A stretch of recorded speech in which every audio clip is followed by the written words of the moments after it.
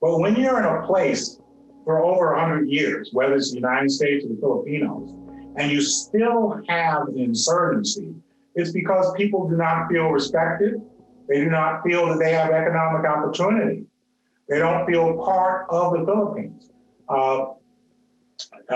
Both President Aquino and President Duterte have tried to do reforms. But until it is from the grassroots, we're going to have this.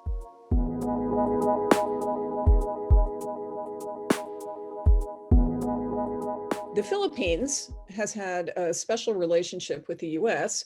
since the islands were ceded by Spain to the United States after the Spanish-American War at the end of the 19th century. However, since the election of Rodrigo Duterte in 2016, I think, the country has pivoted more toward China and away from the US.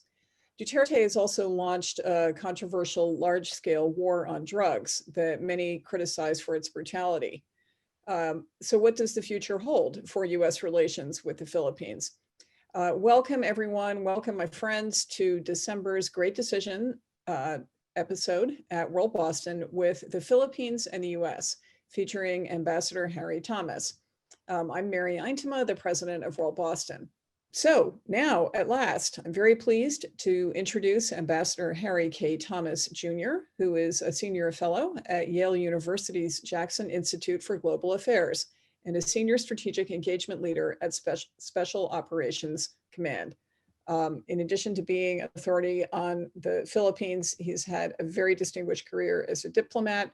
He served as ambassador to Zimbabwe, right after the Philippines, 2016 to 2018, the Philippines 2010 to 2013, before that, Bangladesh. He retired in March 2018 with the rank of career minister after more than 3 decades in the Foreign Service. He also served as executive secretary and special assistant to Secretary Rice, Director General of the Foreign Service, Director for South Asia at the National Security Council, and Director of the Operations Center. Ambassador Thomas speaks Spanish, Hindi, and Bengali, and I think I read somewhere also some Tagalog. He is a graduate with a local tie of Holy Cross and holds a master's degree from Columbia University. He was a commencement speaker at Holy Cross and Loyola University. He's trustee of the College of Holy Cross, the American Academy of Diplomacy, Care for the Homeless, and chairperson of Winter for Kids, and is a former Northern Virginia swimming official. So, Ambassador Thomas, welcome to World Boston. Thank you so much, President Eintema. Also, thank you to Jordan, Stefan, and Elise for all the work they have done in putting this program together. I'd like to start talking about the U.S.-Philippines 2021 and beyond, reimagining and reopening the relationship. But I think we also have to look at the entire relationship, the entirety of the United States and the Philippines. And I want to do that through some slides, through my experience, and also some of my distinguished colleagues, such as Brian Goldbeck, who was my deputy when I was there. We all know that President Duterte came into power in 2016.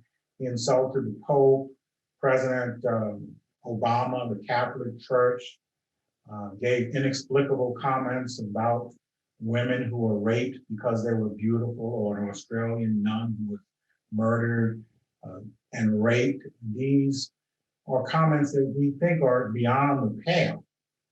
But more importantly, what has been challenging is the over 5,000 people who have alleged to be drug traffickers and drug users who were killed, and we actually believe those official statistics are very low.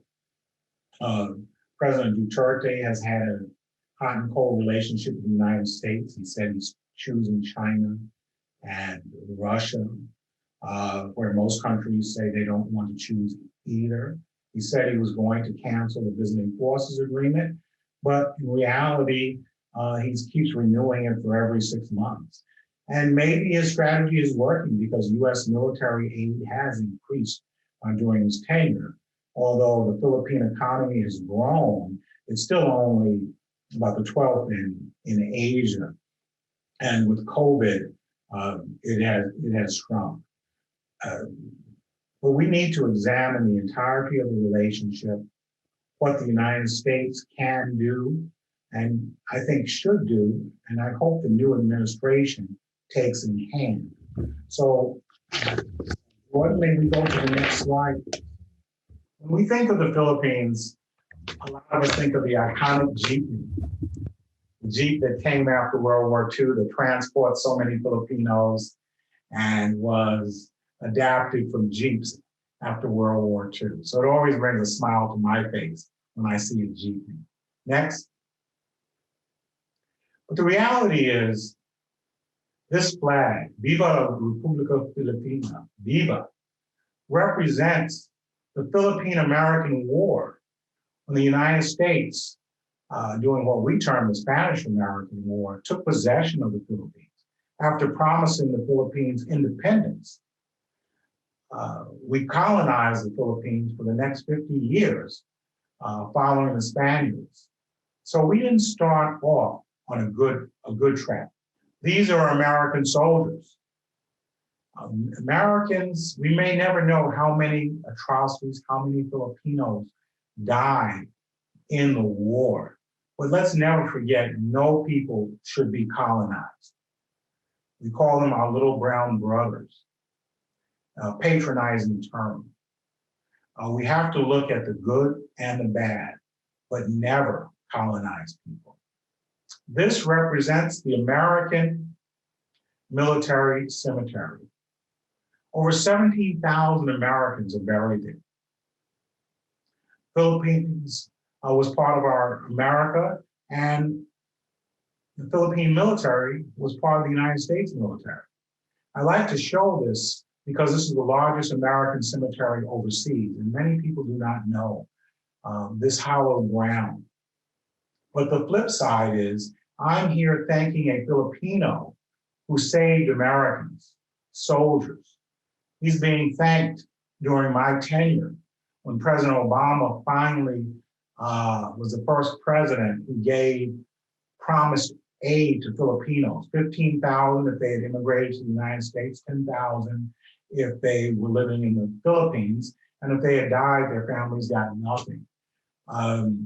We had promised them citizenship for joining us. President MacArthur had did that, and we turned our back on it. But it's never too late to say thank you. The Philippines, Apple Day Apple, the glasses on, is a Filipino. He became an American citizen because, like so many Amerasians, he doesn't know who his father is. Soldiers leave babies, sailors leave babies, and they're not required to disclose paternity. Apple Day Apple was lucky enough to go to America on a Pearl S. Buck scholarship for Amerasian kids. He went to high school, met Will.i.am, formed a great group, and was adopted by an American family. It's a great story. But remember, when you're adopted, you give up your mom, your dad, whoever gives up paternity. So he cannot, under American law, petition for his mother or his siblings to come to America the way other immigrants can, because they are no longer his citizens, his siblings or his mom. So he does a lot of charity work, especially providing music equipment to kids in his hometown. But let's remember that the unintended consequences of our policies we have to look at. Two of my friends, Rocio Nudia and Cressida Comerford. Cressida is one with the glasses. Under immigration law, you have to immigrate before you're 21. So she dropped out of university and came to America in Chicago in the mid-1980s, got a job at a restaurant where they told her to wash lettuce. She didn't know what lettuce was, but she persevered, became a chef, actually became an excellent chef. And in 2000, Mrs. Bush hired her as the deputy executive chef at the White House, and then promoted her to the executive chef, where Mrs. Obama and Mrs. Trump have kept her on. So there is something Democrats and Republicans agree upon. The great ability of Filipinos to prepare cuisine, no matter where it is. But again, this is a story of a tremendously successful immigrant. And we have over 4 million Filipino Americans in the United States, most doing such great work like Crisetta Comerford and Rocio Nuño. I put this up because this is the late Kobe Bryant and Derrick Rose. The number one sport in the Philippines is basketball. Primarily because of the influence of Catholic priests who came to the Philippines in the early 1900s and bought the game, which the Filipinos love dearly. The NBA is on every night, college basketball is, all the NBA stars come. Kobe Bryant came every year, and he always asked political questions. But after a flood, the players volunteered to come back and help the Filipinos. And I was so impressed by their humanity. So please, when you think about Kobe and the others, remember their willingness to sacrifice. This is Smoky Mountain.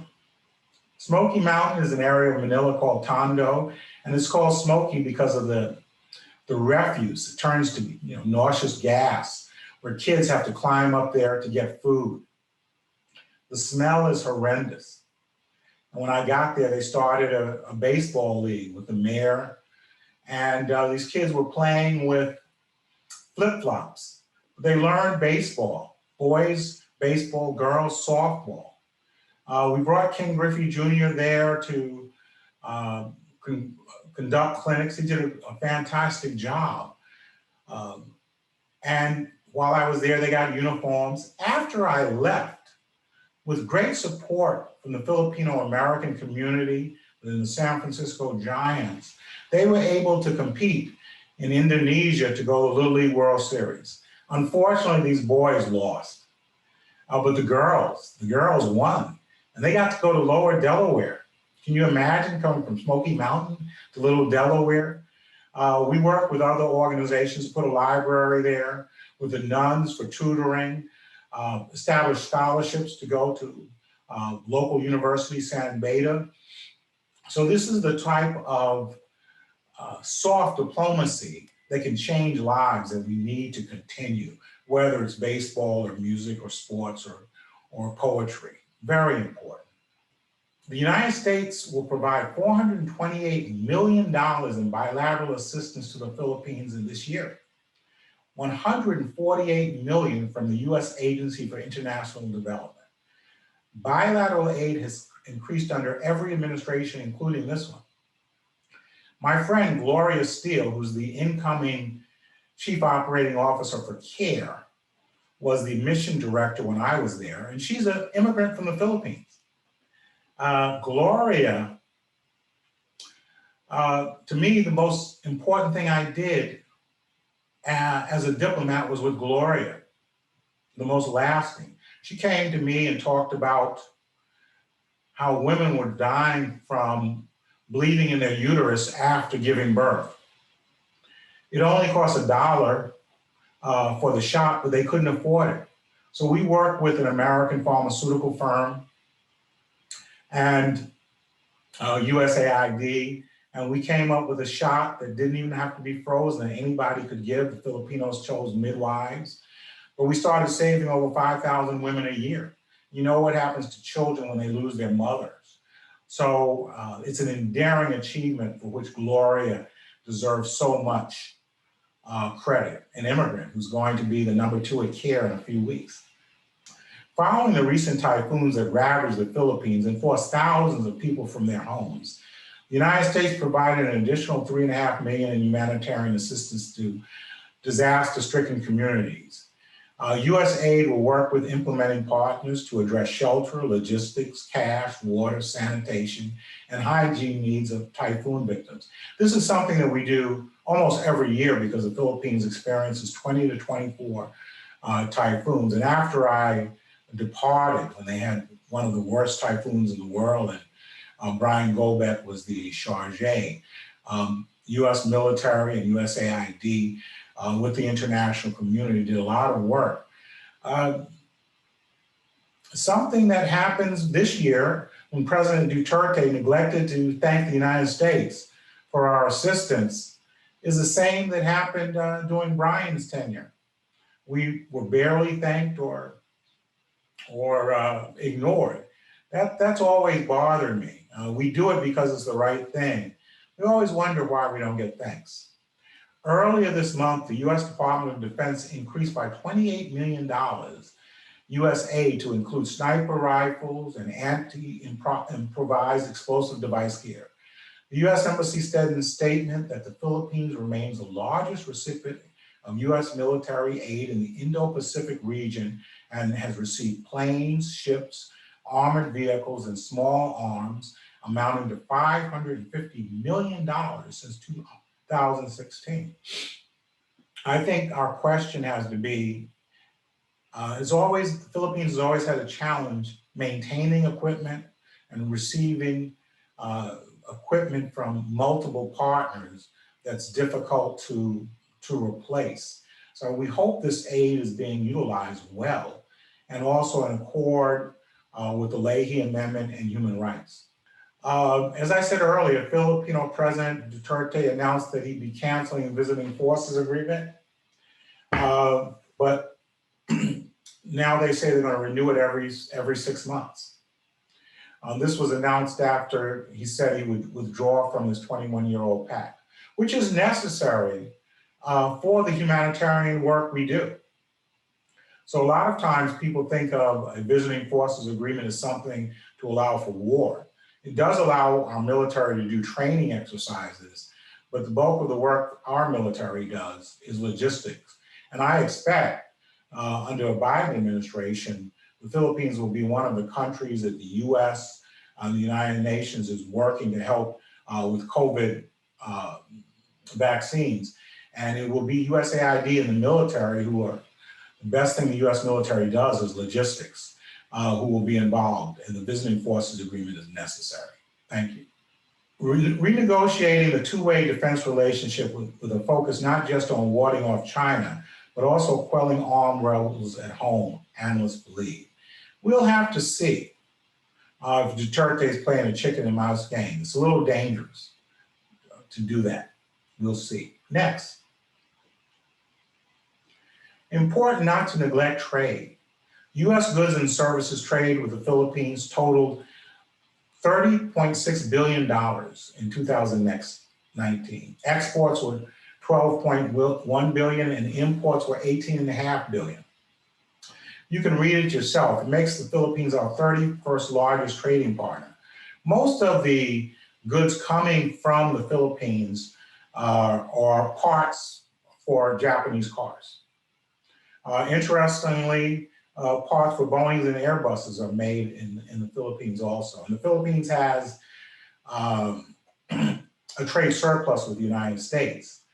But 31st largest trading partner, that means there are a lot more things that can be done, particularly if you're looking for alternate supply chains from China.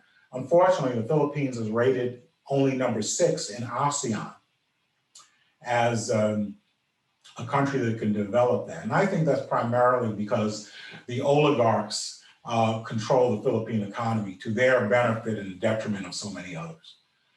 Human rights. I've been often asked, how can we balance? And I say, we can't balance human rights. We have to take human rights full board. And since Duterte took power, the media has reported military forces, there have been at least 8,000 people on the war on drugs. These reports have alarmed several members of Congress. In July, Duterte, with the help of Senator Laxon, who is a possible presidential candidate in 2022, imposed the anti-terror law, which we worry is going to be used to crush dissent. Now in full disclosure, the United States really pushed the Philippines in 2012 and 2014 to pass this law. But it was supposed to be aimed at terrorists, and they've taken it further. And it's something that we're concerned about. Equally, you see that Representative Jan Schakowsky of Illinois and 48 other members of Congress are concerned with this. We do not know what the incoming Biden administration's plans are for the Philippines. But members of Congress are taking action to end U.S. military support for the Duterte regime in the form of the Philippine Human Rights Act, sponsored by Representative Susan Weil, the Democrat of Pennsylvania, and 24 other members. The act would suspend U.S. security assistance to the Philippines until such time as human rights violations by Philippine security forces cease and the responsible state forces are held accountable. So we're going to be very interested in seeing what the Biden-Harris administration is going to do. Duterte has systematically silenced voices of dissent, including my very good friend, Senator Lila de Lima, whom I worked with closely when she was in justice in the Philippines, because she's been a, a critic of the drug war. He ousted the first woman and youngest Supreme Court chief, Maria Lourdes Serrano, who opposed the imposition of martial law in Mindanao. And twice arrested Filipino-American journalist Maria Ressa, the Time Co-Person of the Year for 2018, who visited us at Yale in March and warned us that if we're not careful, what we're seeing in the Philippines, we could see in the United States. Don't poo-poo that. We now know that our institutions are more fragile than we would have thought. China, it's always a question. China and the U.S., is the Philippines a pawn? I still think the wise policy is for the United States not to get into a great power competition, but be the partner of choice by our actions and not just our words. Do not be transactional. The big issue when I was there, it continues today, is the Western Philippine Sea, known to many of you as the South China Sea. But this is an area China is claiming, but also other states in Southeast Asia, including Vietnam, Cambodia, Taiwan. We argue for multilateral negotiations with China, who rejects that and wants bilateral. The Philippines took China to the United Nations, and the United Nations sided with the Philippines, but of course China is militarily very powerful. But the Philippines has the moral high ground, and that is increasingly important. There are, no one really knows, but there's natural gas underneath. Whether or when it will be viable for export, we don't know. But there accidents can happen, and that almost happened when I served there as a flashpoint between the Philippines and China. So it's an area that the United States watches very, very carefully. And we should respect the Philippines when they say Western Philippine Sea, because under the law of the sea, that is accurate. And again, I just want you to see where these islands are that China is claiming along with other countries, and how within the Law of the Sea Treaty, which the United States is not a signatory, but China is a signatory, should be followed. So what are our policy options? Again, I'm not in the administration, but assistance to private sector development is something we know countries that are on aid are poor. Countries that develop commercially, the way we've helped Korea and Singapore and Thailand, and are not on aid, their citizens benefit. In the Philippines, it's very difficult. Foreigners can't control the majority of land or businesses. So, and there's historical reasons, and some of those are laid at the feet of the United States. But in a modern economy, you're going to have to change. One of the crutches for the Philippines over the years is remittances from the United States, Canada. This year, they've averaged, even with COVID, about $28 billion per month. That helps the consumer economy and also individual families. The challenge is it's a crutch that affords successive governments options of not to reform and make the changes. Remember, 50 years ago, the Philippines and Japan had the number one and number two economies in Asia. And now Philippines is number 12, with a much higher population of over 100 million. Assistance to the military and police. Clearly, a lot of our assistance to the military and police have been for typhoon relief, but also to fight terrorists in Mindanao, Marawi in 2017, where and before in other parts of Mindanao.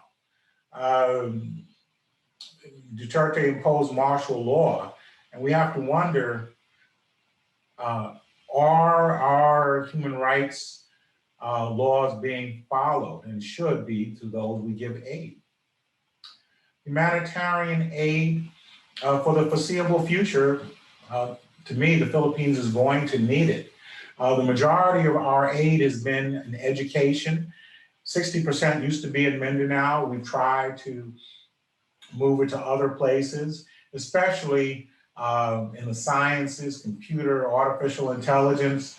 The Filipino universities are not funded in the way you would like, especially the public universities. Hard to develop scientists, and unfortunately, when many study abroad, they do not return home, although we have some programs trying to work with the Philippine Congress to do that.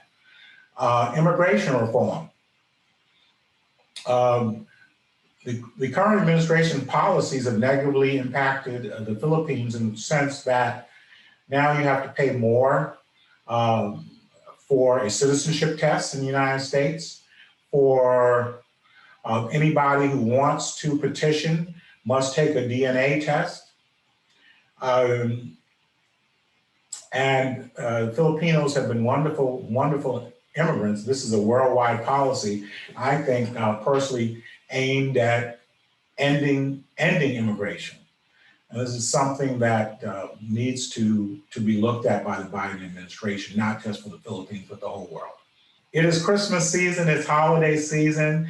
And before I take the questions, I couldn't end with anything else. The ubiquitous Philippine parole. Filipinos start celebrating Christmas September 1st. Christmas songs come on. It's a wonderful place to celebrate Christmas. And when I say September 1st, many Americans go, wow, that's weird, that's strange. No, it's not, it's just their culture. And it's okay. Just like there are many things in our culture that others would find interesting, the way we use Roman letters and capitalize some and don't capitalize others. But I wish my friends and family in the Philippines a wonderful season, and say maligayang Pasko sa inyong lahat. Thank you so much, Ambassador Thomas. I see that we do have some questions. I'm going to wedge in one first, though, because I imagine that we'll be talking mostly about the Philippines. But I just want to take advantage of you being here and the fact that we are at a transition point. We may have a new Secretary of State confirmed. So as you know, veteran of 30 plus years in the Foreign Service, and indeed Director General of the Foreign Service, do you have any observations about, we actually do an annual program called the State of the State Department, and what you saw about the department while you were there, and what your advice to the next State Department, to the next Secretary would be? Well, thank you. And I would hope you ask my good friend Jim Moore, who I haven't seen in some years, the same question. I think it would be twofold, Madam President. First, it would Please call me Mary, goodness. Okay, Mary. First of all, it would be, we need to reinvigorate the department. And that is starting a robust recruitment program. We do not have enough staff, from security personnel to secretaries, administrative assistants, computers to officers. So we need a robust recruitment program and entice people like Elise to take the Foreign Service exam. And this needs to be sustained over 3 or 4 years as Secretaries Clinton and Rice did, and indeed Secretary Powell. Similarly, we need more training programs. The world has changed. The skills diplomats need are not just language, but how to manage people, how to work with people, how we need to look at aid and trade. Secretary Schultz, who just turned 100 and wrote his first volume of a two-volume book that he released over the weekend, was one of the few secretaries who invested in our Foreign Service Institute, our training programs. And that is something that we need to continue. So that would be the first thing, because you can have the greatest policies in the world, but if you don't have people to execute, including our Foreign Service nationals, you will fail. And our values have to be upheld. I think that's what makes us different, upholding values of democracy and freedom. And so my first thing would be, what's facing the world today is COVID-19. In previous administrations, President Obama and President Bush, Ebola, they confronted, SARS, they confronted. They used the unique skills of the US military with logistics. They work with WHO and other countries. You can see that the void left. China and others claim to have the vaccine, which they may, I do not know, but they haven't tried to deploy that around the world. They haven't tried to help the world. And this is a vaccine that the world needs.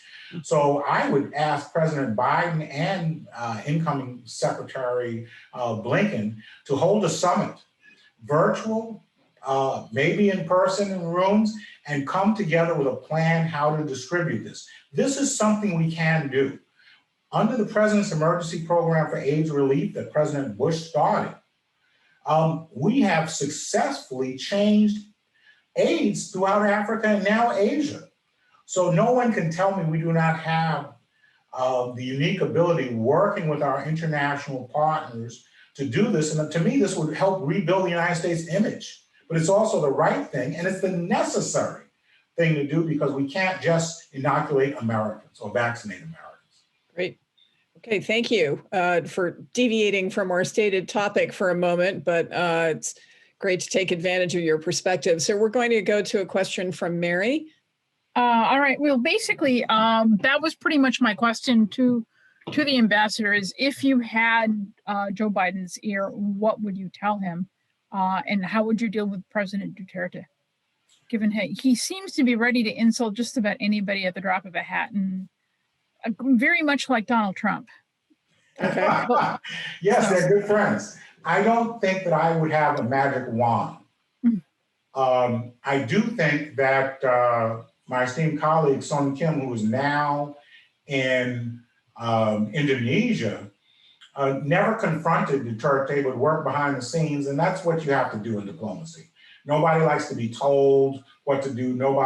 People don't even want to see their president told what to do by others, even if he's wrong or she's wrong. But I would think that while I would not be able to influence Duterte, I would try to work with the Filipino people, the influencers in TV, social media, even the oligarchs, to see where we can work and what we can do. But again, Duterte should be condemned for his human rights abuses. But the same people who stood up to Marcos aren't standing up to him. And also, again, until and unless the economy is reformed, the Philippines will remain a relatively poor country. Thank you. Let's go to Renato. Hello, Ambassador. I don't know if you remember me. Mr. Gamecock. How are you doing? Been many years, Professor. You're also an academic like me.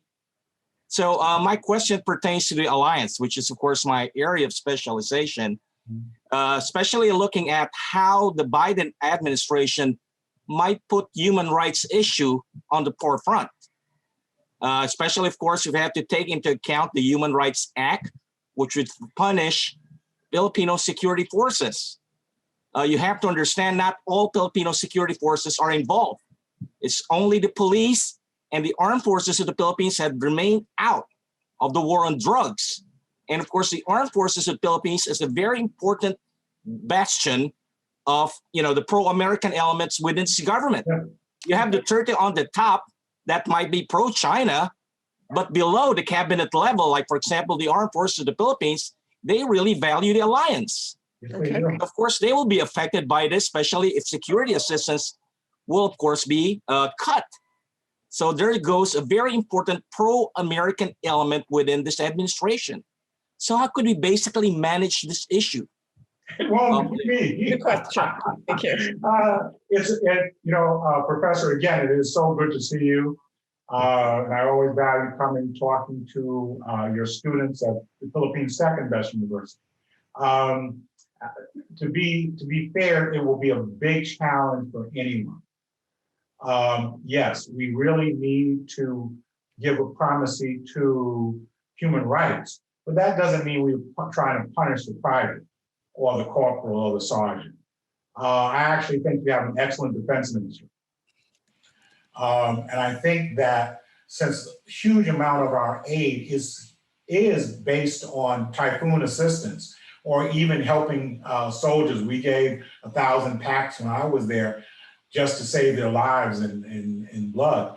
We can do those type of things. But where we see the people like the former chief of police, who's now a senator, who's been involved, he should not be allowed to travel to the United States. He should be sanctioned. That would be my opinion. And again, it won't be my policy, but this is not going to be easy. And but first thing you're going to have to do is, it's popular just to shout and yell. You need to go talk to Duterte and others, as well as academic civil society, and see what they want, not necessarily what the United States thinks is right, because you know what's best for your country. And let's develop a real game plan to help the Filipinos transform their society based on what they would like. All right, we'll go to Raul. Thank you very much, Mr. Ambassador. A most eye-opening conversation so far. My question to you is about the insurgency, and not about U.S. aid or any of that. It's what do you think an approach the Filipinos could take themselves that would not include martial law and killing everybody in order to reintegrate those people who are currently identified as insurgents in Mindanao and elsewhere throughout the Philippines? This is something close to my heart, Raul. My wife is from Holo Sulu in the South. Her father was an Army officer, her mother was a pediatrician, and they had to leave because of terrorism. It is something that we have been working with for over 100 years. When Black Jack Pershing developed the Hearts and Minds policy that Petraeus actually used in Iraq. But when you're in a place for over 100 years, whether it's the United States or the Filipinos, and you still have insurgency, it's because people do not feel respected. They do not feel that they have economic opportunity. They don't feel part of the Philippines. Both President Aquino and President Duterte have tried to do reforms, but until it is from the grassroots, we're going to have this. And that's unfortunate. We had 700 special forces and special operation forces there when I was there training the Filipinos. I thought that was very good because human rights was something that was important to us. But this is no different than any place in the world.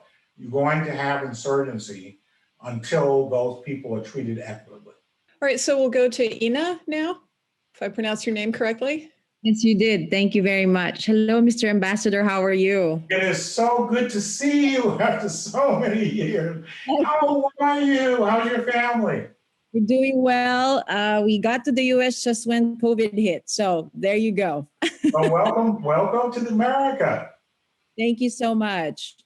One topic that is very close to my heart from the work that we did back at the embassy was infrastructure development. Mm-hmm. So great American companies, engineering companies, technology companies are unable to compete with their Asian counterparts because Asians, as you know, take a aid model to infrastructure development to help promote their companies. with the DFC now, as when I was leaving the Philippines, the US was finalizing the reorganization of OPIC into the DFC. Is that able to compete with how Japan and Korea and China help developing countries with their infrastructure? That's going to be a challenge.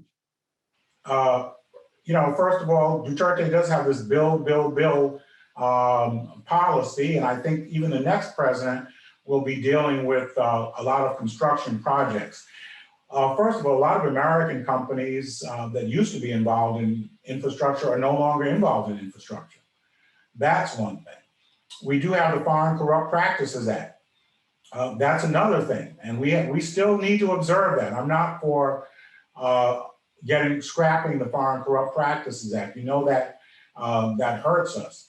I would think one of the ways we can come in as subcontractors, especially in design and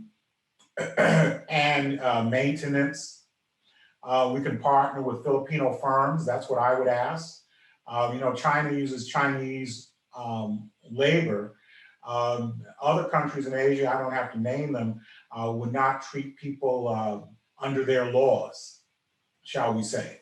And so if we can come in and pay people a fair salary in accord with Filipino laws, and we may not have the prime, but if we're the subprime and we're doing some of the design, I think that would be a way. And what we want to do is, you may recall when we were expanding the embassy, our engineer who was in charge always brought Filipino students to study under the Americans who were working on those projects. And that is something that I would like to see continue. Okay, thank you. Ambassador Thomas, I think half the people on this call. It's pretty incredible. It's a great reunion. I'm so surprised and blessed. Oh, nice. All right, so we'll go to Brian now. Hello, Ambassador. Great to see you again. Thanks so much for your comments. Happy holidays, Brian and Nara. Thank you. Ambassador, my question is trade related, and it's focused on the issue of how the Philippines will react to the Chinese-led RCEP versus the Trans-Pacific Partnership, TPP, especially if the U.S. should decide to rejoin. Thank you. Well, the Belt and Road was brilliant strategy by the Chinese. And they have said they're going to fund in the Philippines about $9 billion of infrastructure projects. They have signed about 900 million on. And I don't blame the Filipinos for taking it. As I said, my difference would be I would insist on Filipinos working there. The Trans-Pacific Partnership was brilliant, but marketed incorrectly to where people thought it was another NAFTA. It was something that was balancing our military assistance with economic assistance. Brian, you recall that many countries in Asia, including Latin America, Peru and Colombia, would have qualified. The Philippines would have been on the second tier, and that is because of their failure to implement economic reforms. So even if President-elect Biden would reinstitute the Trans-Pacific Partnership under a new name and a new logo, the Filipinos would have to, I think, do something that they would be very reluctant to, and reform the economy. Even Duterte, for all his bluster, has not taken on the oligarchs and reforming the economy. So a new TPP may pass the Philippines by if they're not careful. And that would be a tragedy. All right, we're going to try for someone you have not met yet, Jeff, who happens to be the chair of the World Boston Board. Jeff, go ahead. Thanks, Mary. Ambassador, thank you very much for your presentation. I don't think we've met yet, but I do have a question. Thank you, sir.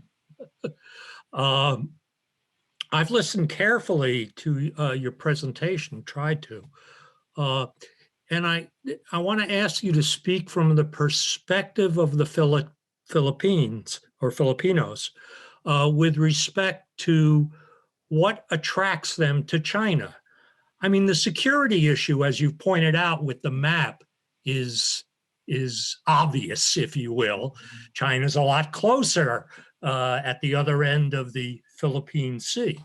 But what about, can you compare the American to the Chinese impact on the Philippines in aid, in remittances, in trade, and infrastructure investment, and anything else you think is relevant? Well, Jeff, thank you for that, but we live in a what have you done for me lately world. And it's not just the Philippines. Most countries in Asia, and indeed the world now, their largest trading partner is becoming China. And countries cannot ignore having that. 60% of Filipinos can trace their heritage to China also.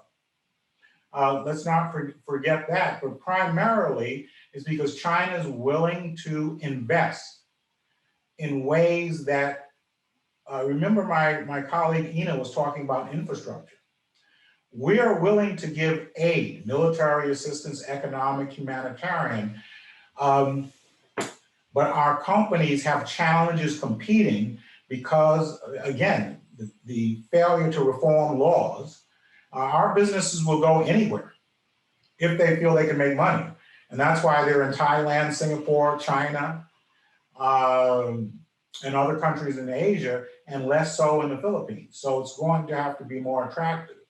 What we do have, of course, is 4.5 million Filipinos living in the United States, huge populations in the West, but even where I live in Tampa now, we have Filipino restaurants and stores, which was a surprise when I moved here a year ago. So that human element, and remittance is a form of aid, but we have to work with the Filipinos to increase economic trade. And it's a two-way street. And unless they're willing to reform the economy, I don't think that's going to happen. And remember, China doesn't have a non-invasive foreign policy. Their foreign policy is not going to be focused on human rights. It's going to be transactional. So you have to vote with them against Taiwan. You have to take their employees. You can't arrest their citizens, those things. But we can't abandon our values. We can't be hypocrites. And I think we've learned that again and again. So it's going to be a tough slog. But that key is breaking the hold of the oligarchs. Okay, thank you very much. It's we have a very interesting comment. I'm just going to read it quickly because normally you don't do this, and also we have other questions. But Renato, who we just spoke with, said that the view in the States is so different from how it is in the Philippines. 85% of Filipinos trust the U.S. China is the most distrusted country among the Filipinos. So I just did want to interject that, but we do have a good queue of people waiting for questions. So Liel, do you want to go ahead with your question? Thank you. I met the ambassador at the embassy when a group of Phil-Americans were pushing or continue to push the Philippines as a alternative destination for retirement. But my question is the cybersecurity and the Clean Network Initiative and the pushback of the United States as far as Chinese telecoms equipment and so forth and so on. I mean, just over the past few days, DHS and CISA are now reporting that they've been hacked by the Russians. So my question is, the Philippines has done very well as a business process outsourcing site to the tune of, I guess, what was that? In the space of 15 years or in the space of 20 years, about 2 million Filipinos are generating $30 billion of annual income, matching the overseas Filipino remittances. Okay. And the BPO industry counts for, I think, 95% of the client base of outsourcing outfits in the Philippines are American firms, banks, hospitals, Okay. medical transcription. So my question is, our telecoms in the Philippines are essentially run by Huawei. Mhm. What could the impact be? Do we stand to lose do we stand to lose 30 billion? That's my fear right now. I work with the Department That's a of big Finance. question. So let's get to that regarding Huawei. Clearly, I do not know what the, so good to see you again. Clearly, I do not know what the Biden administration will do, but any American administration has to be concerned about not just Huawei, but any Chinese firm. Now, look, they put infrastructure in rural areas in America where American telecom companies will not go.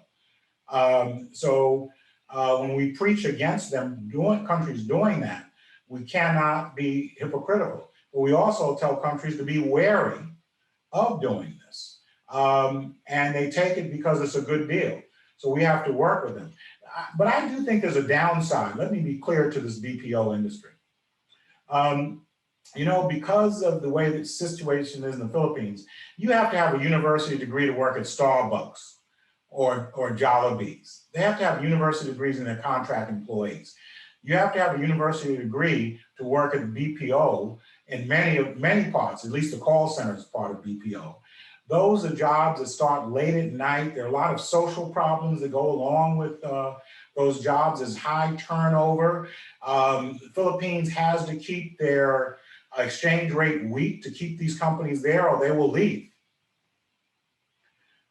So my fear is that the call centers will be a long-term thing instead of a short-term, where you can develop other industries. The other parts of BPOs where we use Filipino attorneys to do contract, we pay vouchers, human resources work, is wonderful opportunities. But these should be starting jobs and not a permanent solution, because these companies can get up and leave tomorrow. Okay. And they hold you hostage at the exchange rate. Okay, great. Thank you. We are rapidly running out of time, but Ed, let's see if we can get in last short and sweet question for Ambassador Thomas. I'd like to know how widely English is spoken in the Philippines. The reason I'm asking is I hear this, the Philippines, one of the advantages that India has is like a back office and doing a lot of tech support is because English is spoken there. Mm-hmm. How widely is it spoken? The Filipinos I know do, but they live here. How widely is it spoken there as it'd be a selling point? Because English is the business language of the world. Actually, the Indians do a lot of the data now, and a lot of the voice is done in Israel, Poland, and the Philippines, where even South Africa, where people speak English. It was a colony, so many people speak English. The challenge has been, as education in the rural areas has deteriorated, as it has in urban areas in America, frankly, the ability of people to be able to speak Tagalog as well as English has gone down. But many Filipinos speak English, and they're very good at the cheat sheets. When they call you, they're going to ask you about the Super Bowl or Christmas and those things where people in other countries are not. Their friendly atmosphere is going to get you to sign up to DirecTV. Okay. All right. So I think with that, thanks, Ed. I think with that, we have run out of time. Yet another question from another person.